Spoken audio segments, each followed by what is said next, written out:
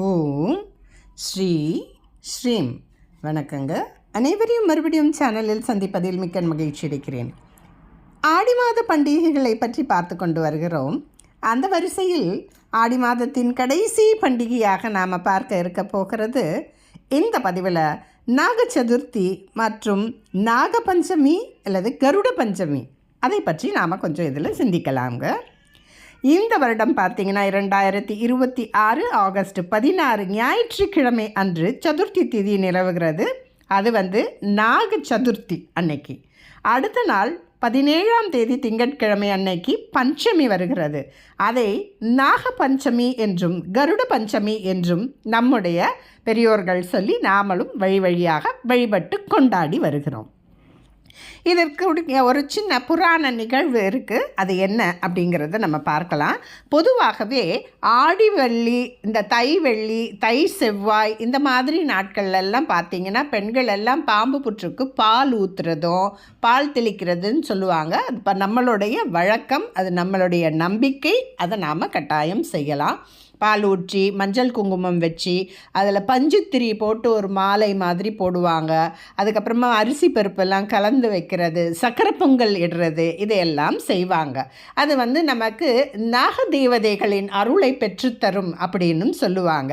இந்த மாதிரி நாகர்கள் அரச மரத்தடியிலெல்லாம் இருக்கும், வேப்ப மரத்தடியிலெல்லாம் இருக்கும். அம்மன் கோயிலில், பெருமாள் கோயிலில், சிவன் கோயிலில் எல்லா இடங்களிலுமே இருக்கும். அந்த மாதிரி இடங்களில் இதையெல்லாம் செய்வாங்க.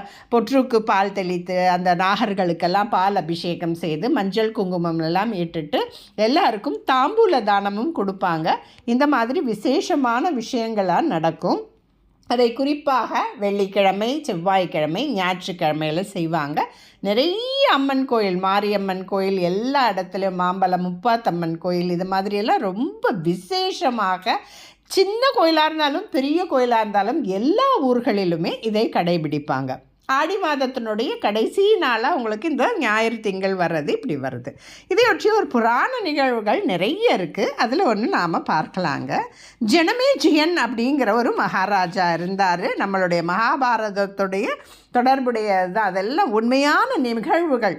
அப்போது அந்த ஜனமேஜயன் யார் அப்படின்னு பார்த்தீங்கன்னா பரீட்சித்து மகாராஜான்னு ஒருத்தர் இருக்கார். அவர் அந்த ஜனமேஜயனுடைய அப்பா, அவர் தந்தை. அவர் என்னன்னாக்கா அவர் பெரிய மகாராஜா, காட்டில் வேட்டையாட போகிறாரு. ஒரு முனிவர் தவம் இருக்கிறாரு. அவர் மேலே ஒரு இறந்த பாம்பை தூக்கி போடுறார்.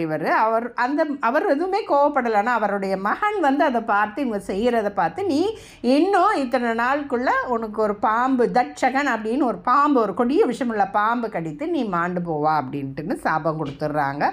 நான் தெரியாமல் பண்ணிட்டேன் அப்படின்னோடனே அவங்க அப்பா, நீ ஏன்பா இப்படி கோவப்பட்டேன்னு கேட்குறாரு. அந்த முனிவர் கொடுத்த சாபம் கொடுத்தது தான் அப்படின்னு சொல்லி அவர் அனுப்பிச்சிடுறாரு.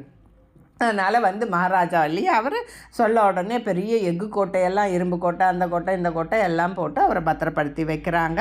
ஆனால் இது ஒரு முனிவர் வேஷத்தில் அவர் கரெக்டாக அந்த சொந்த நாளில் அவர் ஒரு சின்ன பாம்பு தீண்டி இறந்து போன உடனே இந்த ஜனமேஜயன் அவருடைய மகனுக்கு இதெல்லாம் தெரிய பாம்பு இனமே இருக்கக்கூடாது, அப்படி போய் எங்கள் அப்பா இறந்துட்டாருன்னு சொல்லிட்டு உட்காந்து யாகம் பண்ணும்போது எல்லா பாம்புகளும் தானே அந்த யாகத்தில் விழுந்து மாண்டு போவதாக மாதிரி அவர் யாகம் பண்ணுறாரு.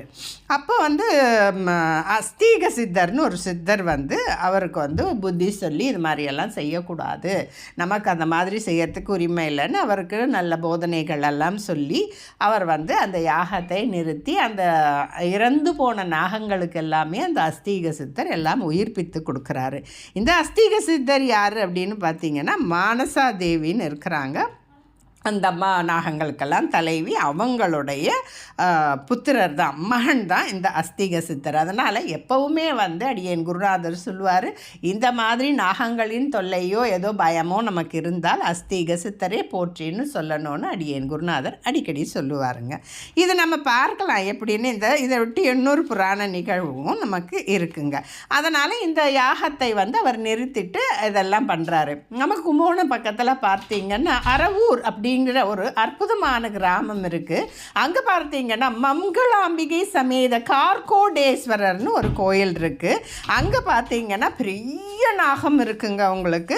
அங்கே பார்த்தீங்கன்னா ஹோமகுளம் அப்படி திதி குளம் அப்படின்னு 2 குளங்கள் இருக்குன்னு அந்த ஊரில் ரொம்ப ஒரு சரளமாக எப்படி சொல்கிறாங்கன்னா ஓமக்குளம் தித்தி குளம் அப்படி சொல்கிறாங்க. அங்கே கும்பகோணத்துலேருந்து கொஞ்சம் தூரத்தில் நீடாமங்கலத்துக்கு பக்கத்தில் இருக்குது. உங்களுக்கு கொடாச்சேரி வழியாக கூட இந்த ஊரை போய் பார்க்கலாம்.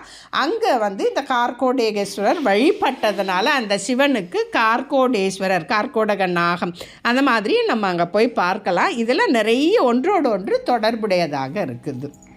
ஒரு முறை பார்த்தீங்கன்னாக்கா உங்களுக்கு கத்ரு வினதை அப்படின்னு 2 பேர் இருக்கிறாங்கங்க. அவங்க யாருன்னு பார்த்தீங்கன்னா தக்ஷனுடைய மகள்கள். அவங்க என்ன பண்ணுறாங்கன்னாக்கா அவங்களுக்கு இவர்கள் இருவருமே பார்த்தீங்கன்னா காஷ்யப்ப முனிவருடைய மனைவிகள். கத்ருவுக்கு பார்த்தீங்கன்னா ஒரு 1000 முட்டை கொடுக்குறார் அவர். அதுலேருந்து 1000 நாகங்கள் 1000 நாகங்களுக்கு அந்த அம்மா தாயாயிடுறாங்க. வினதை ரொம்ப வருத்தப்படுறா. ஏன்னா அவளுக்கு 2 முட்டை தான் கொடுக்குறாரு அவர். அப்போ என்ன பண்ணுறாருனாக்கா அந்த 2 முட்டையில் எனக்கு 2 தான்னா இல்லை, உலகத்திலே ரொம்ப பலசாலியாக ரொம்ப பராக்கிரமம் நிறைந்தவர்களாக உங்கள் மகன்கள் வருவார்னோடனே அந்த முட்டை உடையிற வரைக்கும் இந்த அம்மாவுக்கு காத்துக்கிட்டு இருக்க முடியல. ஏன்னா அவளுக்கு 1000 பாம்புகள் வந்துடுது இல்லையா நாகங்கள்.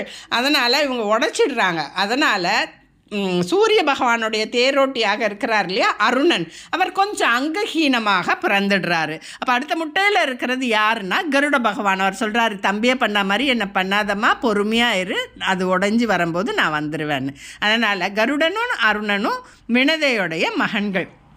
ஒரு முறை அது கத்ரு கொஞ்சம் ஒரு சூழ்ச்சி பண்ணி என்ன செய்கிறாங்கன்னா ஒரு குதிரை அங்கே வருது. அந்த குதிரை உச்சேசரஸ், அது வெள்ளை கலர் தான்ட்டுன்னு எல்லாருக்குமே தெரியும். அது வால் என்ன அப்படின்னும்போது இல்லை எல்லாமே வெள்ளை தான் அப்படின்னு சொல்கிறாங்க.